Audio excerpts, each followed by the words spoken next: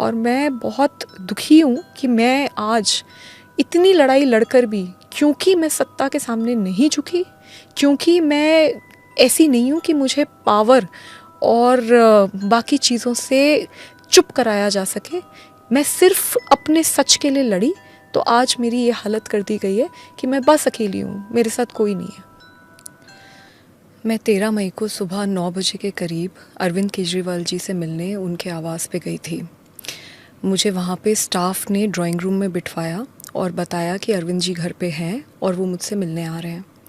फिर दूसरी बार एक और स्टाफ आया, उसने भी मुझे यही बात बोली और मैं वहाँ बैठी हुई थी, आराम से ही बैठी हुई थी। इतने में विभव कुमार जो कि उनके पीएस थे, वो वहाँ पे धनधनाते हुए आते हैं। He entered from the door और वो चिल्लाने लगते हैं और गालियाँ दे रहे थे और उन्होंने मुझे बोला कि तेरी औकात क्या है, तेरी हिम्मत कैसे हुई हमें मना कर दे, तेरे को तो हम सबक सिखाएंगे, नीच औरत, पता नहीं क्या क्या बोल रहे थे वो। और उस समय मैं बहुत सकपका गई और मैंने उनको बोला भी कि भाई क्या हो गया, मतलब अरविंद जी आ रहे हैं, क्या हो क्या गया। तो इतना मैंने बोला और इतने में ही उन्होंने हाथ छोड़ दिया। उन्होंने मुझे 7-8 थप्पड़ पूरी ज़ोर से मारे। मैं सोफ़े पे बैठी थी, वो सामने खड़े थे और वो मारे ही जा रहे थे।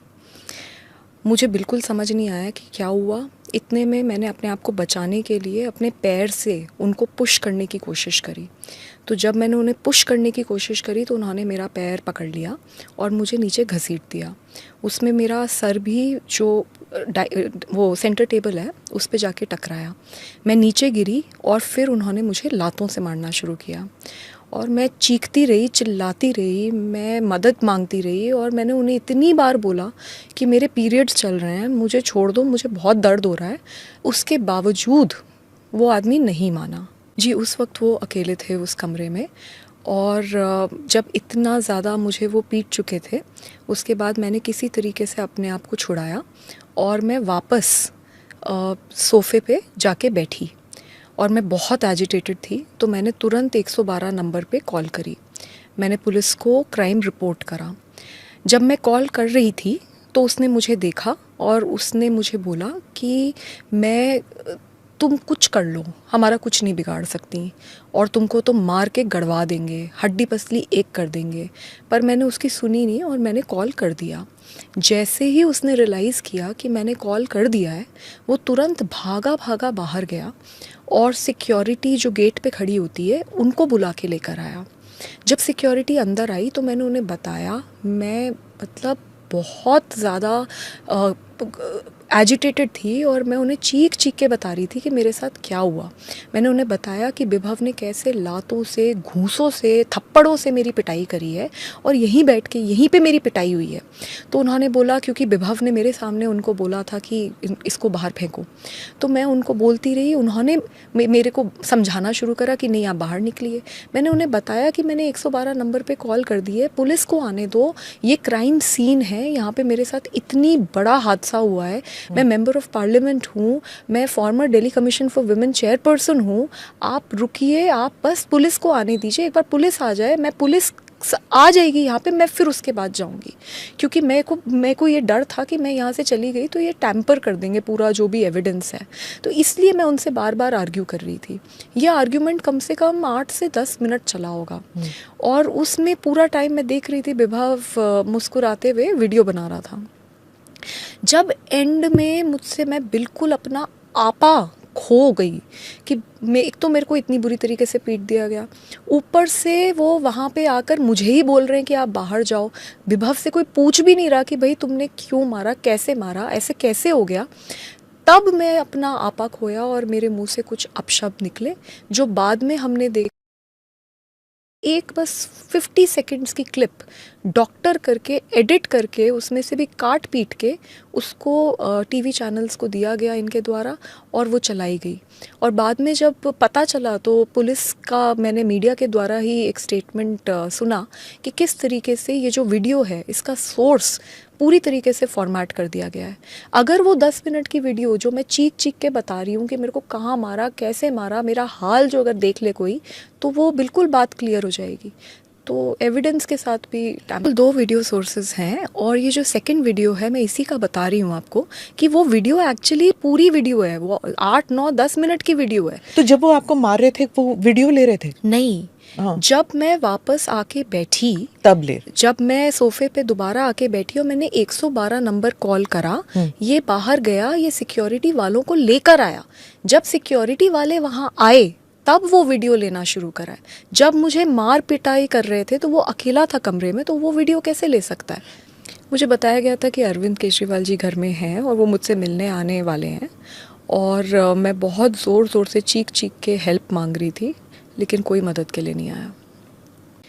मैं अपॉइंटमेंट लेके तो हार्डली कभी गई हूँ। जब जब मैं घर गई हूँ तब तो मैंने कभी भी अपॉइंटमेंट नहीं लिया। हाँ, ज़रूर है कि अगर ऑफिस जाते हैं उनके, क्योंकि उनकी मीटिंग्स लगी हुई होती हैं और बहुत एक प्रोटोकॉल होता है, तो अगर सेक्रेटेरिएट जाते हैं तब एक बार ऑफिस पे के लिए ऑफिशियल टाइम लेके जाया जाता है। लेकिन जब घर जाते हैं तो मैं ऐसे ही जाती हूँ। ये कहते हैं कि मैं ट्रेसपास कर रही थी, मेरे पास कोई अपॉइंटमेंट नहीं था। तो मैं ये जानना चाहती हूँ कि अगर मैं ट्रेसपास कर रही थी तो फिर तो गेट पे ही रोक देते, फिर अंदर से अंदर तक मैं पहली बात कैसे चली गई? और दूसरी बात जो ये कहना चाह रहे हैं कि मेरे पास कोई जी अपॉइंटमेंट ही नहीं था, तो मैं तो हमेशा ऐसे ही गई हूँ। मुझे हल्का सा इल्म भी नहीं था कि अगर ऐसे में मतलब आज कुछ मेरे साथ होने वाला है, और अगर उनको लगता है कि अपॉइंटमेंट लेना बहुत इंपॉर्टेंट है तो उसी वक्त वहीं पे मेरे को बोल देते कि भाई बाहर चले जाओ, मैं बाहर चली जाती। मतलब आप अपॉइंटमेंट लेके नहीं आएगा कोई सो कॉल्ड तो आप उसको पीट दोगे, और वो भी उस इंसान को जो आज तक कभी आपके घर में अपॉइंटमेंट लेके आया ही नहीं।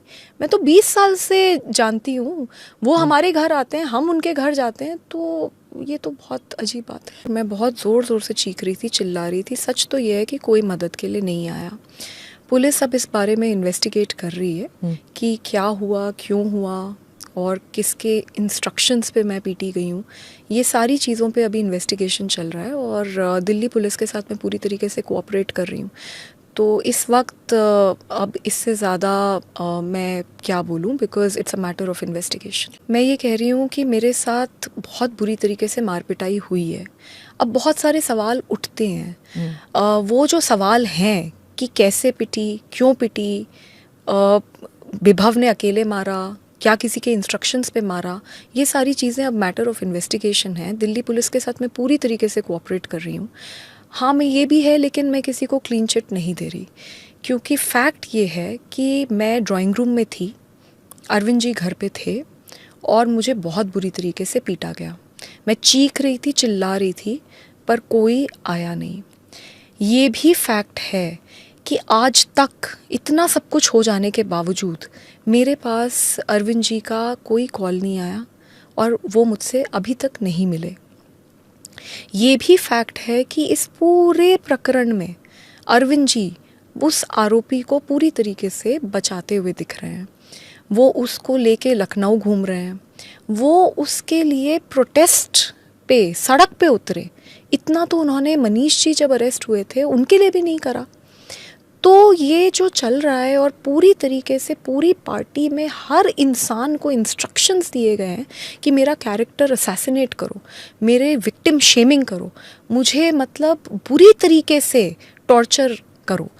तो ये मुझे जो दिख रहा है, इसको लेकर मैं किसी को भी क्लीन चिट नहीं दे रही, but definitely I want the Delhi police to investigate the matter in a very free and fair manner, because बहुत बड़े बड़े लोग हैं, एंड प्रॉपर इन्वेस्टिगेशन होना चाहिए, और उसके बाद जो भी सच है उसको सामने आना चाहिए। तो उस घर में जब मैं गई थी तो पहले मैं डाइनिंग रूम के बाहर गेट तक गई थी। डाइनिंग रूम का गेट हमेशा खुला रहता है, तो मैं वहीं पे थी।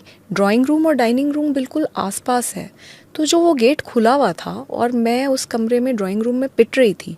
तो अब ये दिल्ली पुलिस बताएगी कि मैं जब इतनी ज़ोर से चीख चिल्ला रही थी तो वहाँ पे जो लोग थे वो क्यों नहीं आए, या उन तक आवाज़ नहीं गई। मतलब बहुत अजीब बात है। और एक बात बताइए कि अगर आवाज़ नहीं गई तो जब मुझे पुलिस से बाहर निकाला जा रहा है, I am a member of parliament, I am the former chairperson of the Delhi commission for women, and on top of it मैं 2006 से इन लोगों के साथ काम कर रही हूँ। तो अगर मुझे बाहर निकाला जा रहा है तो तब तो कोई आता, तो तब भी कोई नहीं आया। अरविंद केजरीवाल जी के सबसे बड़े राजदार और सबसे करीबी आदमी इस वक्त विभव कुमार हैं। वो कोई मामूली पीए नहीं है। अगर आप उनका घर देखें तो उनका घर इतना आलीशान उनको घर दिया गया है, इतना तो किसी मंत्री को भी दिल्ली में नहीं घर मिला हुआ है। तो वो एक बहुत रसूखदार और बहुत पावरफुल आदमी है इस वक्त इस पूरी पार्टी में, और पूरी पार्टी उनसे डरती है और उनके ऊपर असॉल्ट का केस पहले भी हो रखा है। तो ये सब बातें हैं एंड डरती है? क्यों बिल्कुल। डरते हैं लोग? लोग डरते हैं। उनका जो मतलब ऐसा एक पूरी पार्टी में मैसेज है कि अगर विभव नाराज़ हो गया आपसे तो फिर आप ख़त्म हो पार्टी में। एक बार प्रशांत भूषण जी और शांति भूषण जी को भी इसी तरीके से एक मॉब के द्वारा धक्के मार के निकलवाया गया था। हम सब ने देखा था कि अभी कुछ दिन पहले एक चीफ सेक्रेटरी को भी ड्राइंग रूम में ही पीटने का एक बहुत गंभीर आरोप लगा था। और तीसरा मेरे साथ ये इंसिडेंट हुआ है। अभी तक मुझे कभी ऐसा लगा नहीं, लेकिन जब मेरे साथ खुद हो गया है और मैं इतनी बुरी तरीके से पीटी गई हूँ तो अब मेरे पास अब क्या बोलने को बचा है। फैक्ट तो यही है कि मेरे को बहुत बुरी तरीके से मारा है, और अगर शायद इतना नहीं मारते तो मैं शायद वो कॉल क्यों करती, मतलब व्हाट इज़ माय मोटिव। सो ये जो वीडियो है ये जब मैं पिट चुकी थी, मैंने 112 के ऊपर कॉल कर दी थी। उसके बाद जब विभव ने ये देखा कि ये 112 की कॉल हो गई है, उसके बाद वो भाग कर गया, सिक्योरिटी वालों को गेट से लेकर आया, और जैसे ही सिक्योरिटी वाले घुसे हैं उसके बाद इसने वीडियो बनानी शुरू करी है। पर मैम वो जो वीडियो है वो कम से कम 8 से 10 मिनट की वीडियो है, जिसमें मैं सिक्योरिटी वालों को चीख चिल्ला के बता रही हूँ कि मेरे को कैसे मारा गया है, मुझे कहाँ कहाँ मारा गया है, मुझे कैसे लातों घूसों से मारा गया है। मैं सिक्योरिटी वालों को बता रही हूँ कि 112 नंबर पे मैंने कॉल कर दी है और पुलिस को आने दीजिए, पुलिस एक बार आ जाएगी, मैं यहाँ से चली जाऊँगी, because otherwise they will tamper with the evidence. ये सारी चीज़ें मैं 8-10 मिनट तक पिटने के बाद चीख चीख के बोल रही हूँ। लेकिन सिक्योरिटी वाले, क्योंकि वो तो विभव ने उनको बोल दिया था कि इसको उठा के फेंक दो, तो वो तो सुन ही नहीं रहे थे मेरी बात। एंड में जब मैं बिल्कुल अपना आपा खो चुकी थी, मुझे दिख रहा था कि वो मुस्कुरा के वीडियो बना रहा है, फिर भी मैं अपना आपा खो चुकी थी, तब मैंने जब अपशब्द बोले तो बस वो जो पूरा एक छोटा सा पोर्शन है बस उसको मीडिया में सिलेक्टिवली लीक किया गया। मैं जब अपशब्द बोल रही थी वही पोर्शन उन्होंने कट करके रिलीज़ करा है। मैं सिर्फ ये जानना चाहती हूँ कि विभव खुद ही बैठ के वीडियो बना रहे थे, तो वो पूरी की पूरी वीडियो कहाँ है? पुलिस ने मीडिया को ये इन्फॉर्मेशन दी है कि जो इनके फ़ोन हैं ये फॉर्मेट कर चुके हैं, और वो वीडियो का अभी तक सोर्स भी पता नहीं चल रहा। तो सिर्फ मेरा ये सवाल है कि अगर जो इंसान सही है और सामने वाला कुछ गलत कर रहा है और तुम्हारे पास इतनी इम्पोर्टेंट वीडियो भी है, तो तुम उसको ओरिजिनल पुलिस को क्यों नहीं दोगे अपने आप को बचाने के लिए? मैंने दिल्ली महिला आयोग में 1,70,000 से ज़्यादा केसेस में सुनवाई करवाई है। 60,000 सेक्सुअल असॉल्ट सर्वाइवर्स की हम लोगों ने काउंसलिंग करी है। 2 लाख कोर्ट केसेस से ज़्यादा में हमने हियरिंग्स करवाई हैं। जब कोर्ट में हियरिंग्स हो रही थी सेक्सुअल असॉल्ट सर्वाइवर्स की, तो हम वहाँ पे, हमारे लॉयर्स वहाँ पे खड़े थे, उनकी मदद कर रहे थे। अपने पूरे 9 साल के कार्यकाल में मैं हज़ारों सर्वाइवर्स से मिली हूँ और हर तरीके के सर्वाइवर्स से मिली हूँ। डोमेस्टिक वायलेंस, सेक्सुअल असॉल्ट, हम लोगों ने 2,500 से ज़्यादा तो रेस्क्यू ऑपरेशंस करे हैं, जिनमें से बहुत सारे ऑपरेशंस मैंने लीड करे हैं। और उन लड़कियों को सेक्स ट्रैफिकर्स के भी चुंगल से हम लोग निकाल के बाहर लेकर आए हैं। तो मेरा इतना काम है। पर मैं जब भी किसी भी सर्वाइवर से मिली, एक चीज़ हर सर्वाइवर के लिए कॉमन होती है, जब वो अपनी आवाज़ उठाती है तो उसकी आवाज़ कोई नहीं सुनता। पूरा समाज उसकी तरफ देखकर उंगली उठाता है कि ज़रूर इसी ने कुछ गलत करा होगा। तो ये मेरी कहानी नहीं है, ये पूरे देश में हर लड़की जो अपनी आवाज़ उठा देती है उसकी कहानी है। मैं निर्भया की मम्मी से मिली थी और उन्होंने एक बात बोली थी जो मैं ज़िंदगी में कभी नहीं भुला सकती। उन्होंने मुझे ये बोला था कि कभी कभी मुझे ऐसा लगता है कि अच्छा हुआ मेरी बेटी अब दुनिया में नहीं है, क्योंकि जो इस देश में न्याय पाने की ज़िल्लत है ना, कम से कम वो तो उसको नहीं देखनी पड़ रही। निर्भया से भी पूछा गया था कि तुम बस में क्यों गई, ऑटो में क्यों नहीं गई, रात में क्यों गई, दिन में क्यों नहीं गई, वो लड़का कौन था। तो इस तरीके की जो विक्टिम शेमिंग है ये हर लड़की के साथ होती है, ये कोई नई बात नहीं है। अब जो उनके सवाल हैं वो ये कहते हैं कि सीसीटीवी फुटेज में तो देखो कैसे चल रही है, सीधी चल रही है, वो जो एडिटेड वीडियो है उसमें तो देखो आराम से बैठी है। तो मुझे एक बात बताइए, जब आपके साथ मार पिटाई होती है तो आपका फर्स्ट रिएक्शन क्या होता है? You are very agitated, obviously there is pain but there is agitation which takes you over. There is a very high adrenaline also running through your body. आपको अगर कोई गोली भी मार दे तब भी आप उठ के भागते हो, क्योंकि आपको अपने आप को बचाना भी है और आपको न्याय भी पाना है। तो ये कहना कि देखिए इस सीसीटीवी फुटेज में ये ऐसे चल रही है, पहली बात तो जहाँ तक दिल्ली पुलिस ने जो मीडिया में से बातचीत हुई है उसमें तो मीडिया में ये चल रहा है कि सीसीटीवी फुटेज तो अभी दिल्ली पुलिस के पास ही नहीं पहुँचे। तो क्या ये सीसीटीवी फुटेज बिल्कुल करेक्ट है? क्या ये डॉक्टर्ड है? And on top of it मैं अभी चल रही हूँ और 4 दिन बाद मैं लिम्प कर रही हूँ, तो किसी को भी जिसको भी चोट लगी होगी उसको ये समझ आएगा कि जब चोट गरम गरम होती है उसमें इंसान दौड़ भी जाता है, अरे फ्रैक्चर भी हो जाता है तब भी इंसान दौड़ जाता है।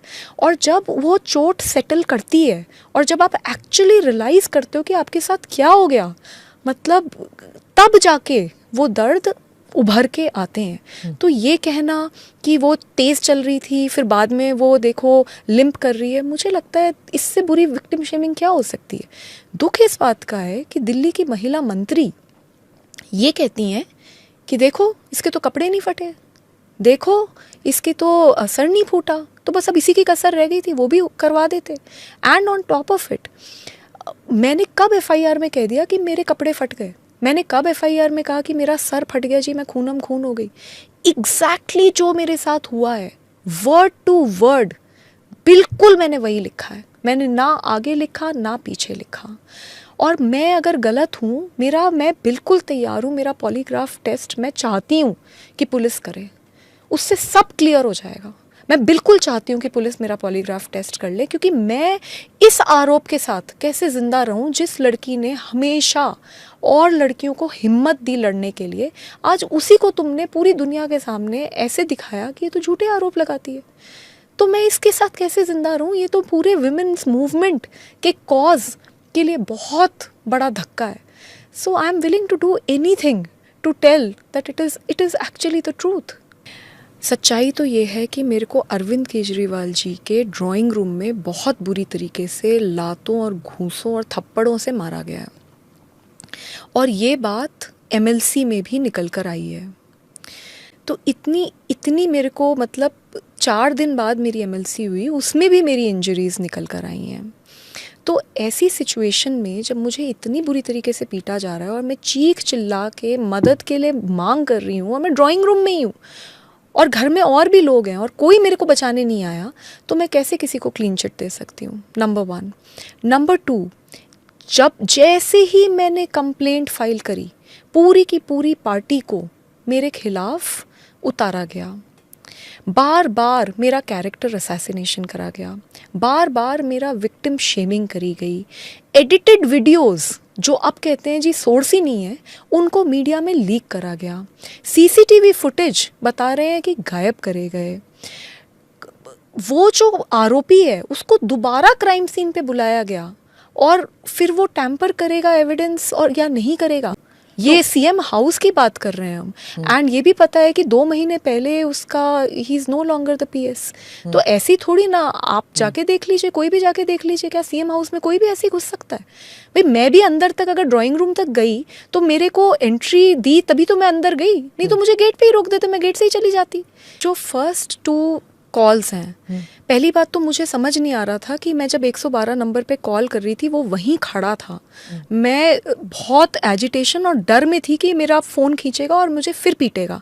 तो उसमें मैंने उस समय बहुत एजिटेशन में और बहुत डर में, and I was already in pen and trauma, तो मैंने 2 बातें बोली हैं। मुझे नहीं पता कि वो 1 बोली है 2 बोली है, मैं उसको लेके I am not very sure, क्योंकि मुझे ऐसा लगा, वही मेरे को लगता है, मेरे को ऐसा लगा कि शायद 1 कॉल मेरी लगी नहीं, मैंने इसलिए दोबारा बोला।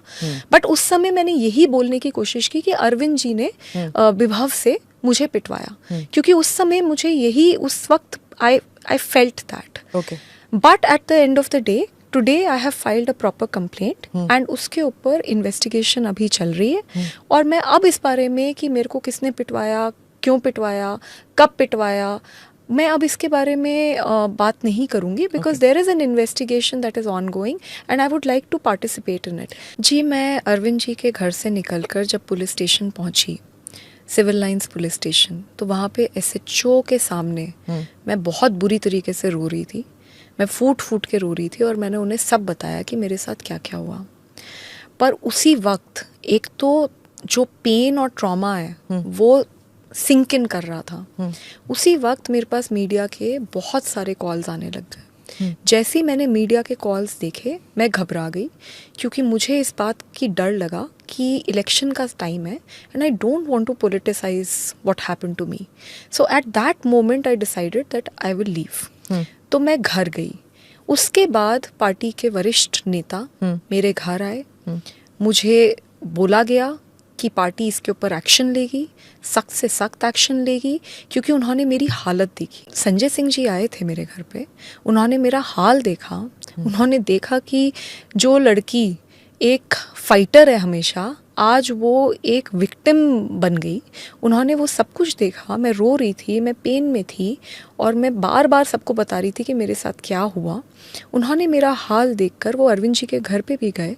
उन्होंने विभव से भी बातचीत करी, ऐसा उन्होंने मुझे बताया.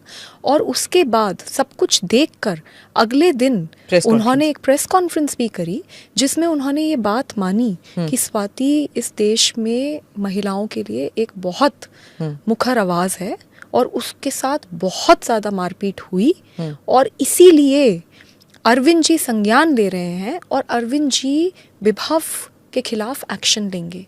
ये प्रेस कॉन्फ्रेंस पूरे देश ने देखी है. मुझे बोला गया कि आप कंप्लेंट मत कीजिए, हम एक्शन लेंगे. पर अगले ही दिन हमने देखा कि किस तरीके से विभव कुमार लखनऊ में इन लोगों के साथ दिखे. मैं जब उस दिन, जिस दिन मैंने कंप्लेंट करी, मैं जब उठी तो मेरे माइंड में सबसे पहले ये थॉट आया कि मैंने इतनी हज़ारों लड़कियों को, लाखों लड़कियों को, जब वो मेरे पास आती थी और इतने घिनौने क्राइम्स के साथ मेरे पास आती थी, मैंने उन्हें हमेशा हिम्मत बंधाई और मैंने उन्हें हमेशा ये बोला कि चाहे कुछ हो जाए, चाहे पूरी दुनिया तुम्हारे खिलाफ हो जाए, तुम लड़ो, और चाहे अकेले लड़ना पड़े तुम लड़ो. तो मुझे, जब मैं उठी तो मुझे एक इतनी ग्लानि की फीलिंग हुई कि मैंने इतनी महिलाओं को हिम्मत दी और उन्होंने इतनी बड़ी बड़ी लड़ाइयाँ मेरे कहने पे लड़ी, और मैं क्यों नहीं कंप्लेंट फाइल कर रही. I have to file a formal complaint because it is a criminal case. ये कोई ऐसा केस नहीं है जिसको a party can brush it off under the carpet.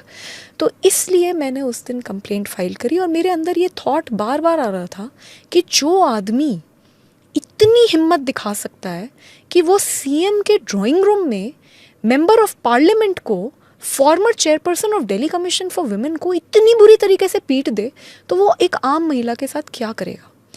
Those thoughts came into my mind and by then I had gathered enough strength and मैंने ये decide किया कि मैं फ़ाइट करूँगी और मैं कंप्लेंट करूँगी. मुझे बोला गया था कि अगर तुमने ये कंप्लेंट फाइल कर दी तो पूरी पार्टी तुम्हें अकेला कर देगी. मुझे बोला गया था कि पूरी पार्टी तुमको बीजेपी का एजेंट बना देगी. मुझे बोला गया था कि कोई मेरे साथ नहीं खड़ा होगा. फिर भी मैंने ये नहीं सोचा कि मेरा क्या होगा, मेरे करियर का क्या होगा, मेरे साथ ये लोग क्या करेंगे. मैंने सिर्फ ये सोचा कि जो चीज़ मैंने सारी महिलाओं को बोली है कि आप हमेशा सच के साथ खड़े हो, आप सच्ची सच्ची कंप्लेंट करो, लेकिन आपके साथ अगर कुछ गलत हुआ है तो आप ज़रूर लड़ो. तो आज मैं खुद कैसे नहीं लड़ सकती. So there was only one thought in my mind and that is why I filed a formal complaint.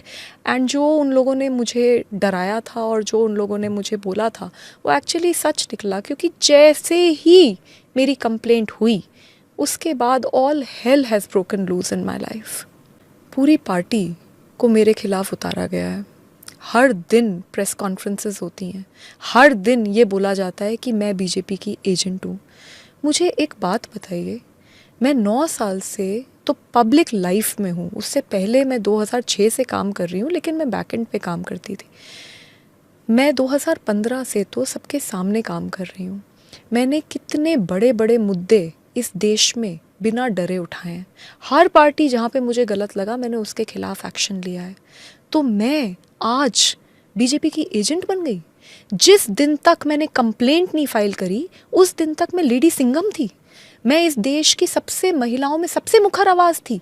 और जैसे ही मैंने एक ऐसे आदमी के खिलाफ कंप्लेंट फाइल करी जो पार्टी में बहुत ज़्यादा रसूख रखता है, जो सबका चहेता है, उस आदमी के खिलाफ जैसे ही मैंने कंप्लेंट फाइल करी तो मैं बीजेपी की एजेंट बन गई। ये बोला जा रहा है कि बीजेपी ने मेरे को डराया कि मेरे खिलाफ जो केस है उसमें वो पता नहीं क्या कर देंगे। ऐसा तो महिला मंत्री बोल रही हैं, आतिशी। और आप ये देखिए कि वो केस क्या है। वो 2016 में मेरे खिलाफ केस फाइल किया गया है, बिल्कुल फर्जी केस है, उस केस में कोई मेरिट नहीं है। उसके बाद 2017 में चार्जशीट भी हो गई है। मैं कभी उस केस में अरेस्ट भी नहीं हुई और मैं अरेस्ट हो भी नहीं सकती क्योंकि चार्जशीट फाइल हो चुकी है। उस केस के हो जाने के बाद 2 बार और मुझे टेन्योर दिल्ली महिला आयोग का दिया गया, सीएम साहब द्वारा भी और एलजी साहब द्वारा भी। तो ये बात तो बिल्कुल क्लियर है कि वो बिल्कुल फर्जी केस है। 1.5 साल पहले हाईकोर्ट ने उस केस में स्टे लगाया है और वो स्टे में हाईकोर्ट ने ये बात मानी है कि जब कोई पैसे का लेन देन ही नहीं हुआ तो काहे का करप्शन। तो जिस केस में ऑलरेडी हाईकोर्ट स्टे दे चुका है उस केस की वजह से मैं डर जाऊंगी। मुझे लगता है पूरे देश को ये बात याद होगी कि जब पिछले साल मैं मणिपुर गई थी, वहाँ पे बिल्कुल वॉर जोन जैसे हालात थे। मैं जब वहाँ पहुँची गोलीबारी इधर उधर सब जगह चल रही थी।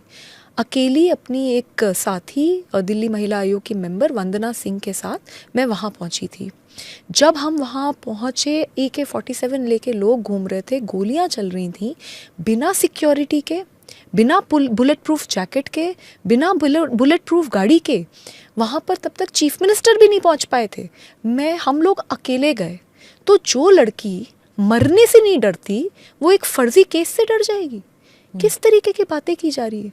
मेरे 9 साल के कार्यकाल में कितनी बार डेथ थ्रेट्स मिले, कितनी बार रेप थ्रेट्स मिले। मेरे को सिक्योरिटी भी नहीं है मेरे पास, पर फिर भी मैं लड़ती रही, अकेले लड़ती रही और मैं डर जाऊंगी। 2006 में मैंने अपनी इंजीनियरिंग ख़त्म करी थी और मैं देश के लिए कुछ करना चाहती थी, मैं लोगों की सेवा करना चाहती थी। मैं अरविंद केजरीवाल जी से मिली और 2006 से उनके साथ काम कर रही हूँ। 7 साल तक मैं झुग्गियों में रही हूँ और मैं झुग्गी में ही रहती थी। मैंने अपना घर भी छोड़ दिया था और मैं जहाँ रहती थी वहाँ पे मैंने सूचना के अधिकार पे लड़ाई लड़ी, राशन की लड़ाई लड़ी, महिलाओं के लिए लड़ाई लड़ी। और जब इंडिया अगेंस्ट करप्शन का मूवमेंट हुआ तो उस पूरे मूवमेंट में बहुत बड़े बड़े लोग जुड़े। एक 23 मेंबर की कोर कमेटी बनाई गई और उस कोर कमेटी की यंगेस्ट मेंबर मैं थी। पूरा बैक एंड मूवमेंट का मैं संभालती थी, कभी सामने भी नहीं आई, हमेशा पीछे से मैंने काम करा, इतना संघर्ष करा है। उसके बाद दिल्ली महिला आयोग में आई। पूरे देश ने देखा है कि कैसे कितनी बार अपनी पार्टी से भी मैंने बहुत तीखे सवाल पूछे और मैंने काम करा। मैं ये संघर्ष के साथ आज मैं जहाँ पे हूँ वो बनी, पर आज मैं बहुत आहत हूँ और मैं बहुत दुखी हूँ। जिन लोगों के साथ मैंने इतने साल काम किया, उन्होंने जब मेरे को इतनी बुरी तरीके से पीटा गया तो मेरा साथ नहीं दिया, मुझे अकेला कर दिया। आज मैं पूरी तरीके से अकेली हूँ, मेरे साथ कोई नहीं है, क्योंकि 20 साल से मैं जिस पार्टी में काम कर रही हूँ वही पार्टी में मेरे दोस्त भी हैं। मेरे एक दोस्त को कॉल करके धमकाया जा रहा है कि अगर उसके साथ दिख गए, अगर उसके साथ कोई उसके फेवर में ट्वीट तक कर दिया तो तुमको छोड़ेंगे नहीं, तुम्हें पार्टी से निकाल दिया जाएगा। तो पूरी तरीके से अकेला कर दिया, मुझे और मेरे परिवार को इतने रिस्क पे डाला। यहाँ तक हुआ कि मेरे पास कोई गाड़ी नहीं है, लेकिन मेरे जो रिलेटिव्स हैं जिनके साथ रह रही हूँ उनके पास गाड़ियाँ हैं, तो उनकी गाड़ी से मैं अलग अलग जगहों पे गई अभी 164 स्टेटमेंट कराने, तो उनकी गाड़ियों के डिटेल्स भी फ्लैश करे गए। हद कर दी। मेरे सारे दोस्तों को कॉल कर करके बोला जा रहा है इसकी कोई पर्सनल वीडियो दो, इसकी कोई पर्सनल फ़ोटो दो, डांस करते हुए वीडियो दो, कुछ भी निकालो। यूएस गई थी तो यूएस में जहाँ पे आम आदमी पार्टी वॉलंटियर्स के साथ रुकी, उनको फोर्स कर करके प्रेशराइज करा जा रहा है कि कोई तो वीडियो निकाल के दो, कुछ तो दो। तो पूरी की पूरी मशीनरी को और एक पूरे के पूरे ट्रोल मैकेनिज़्म को मेरे ऊपर छोड़ दिया गया है। तो मैं इस वक्त बहुत ज़्यादा आहत हूँ और मैं बहुत दुखी हूँ कि मैं आज इतनी लड़ाई लड़कर भी, क्योंकि मैं सत्ता के सामने नहीं झुकी, क्योंकि मैं ऐसी नहीं हूँ कि मुझे पावर और बाकी चीज़ों से चुप कराया जा सके, मैं सिर्फ अपने सच के लिए लड़ी, तो आज मेरी ये हालत कर दी गई है कि मैं बस अकेली हूँ, मेरे साथ कोई नहीं है।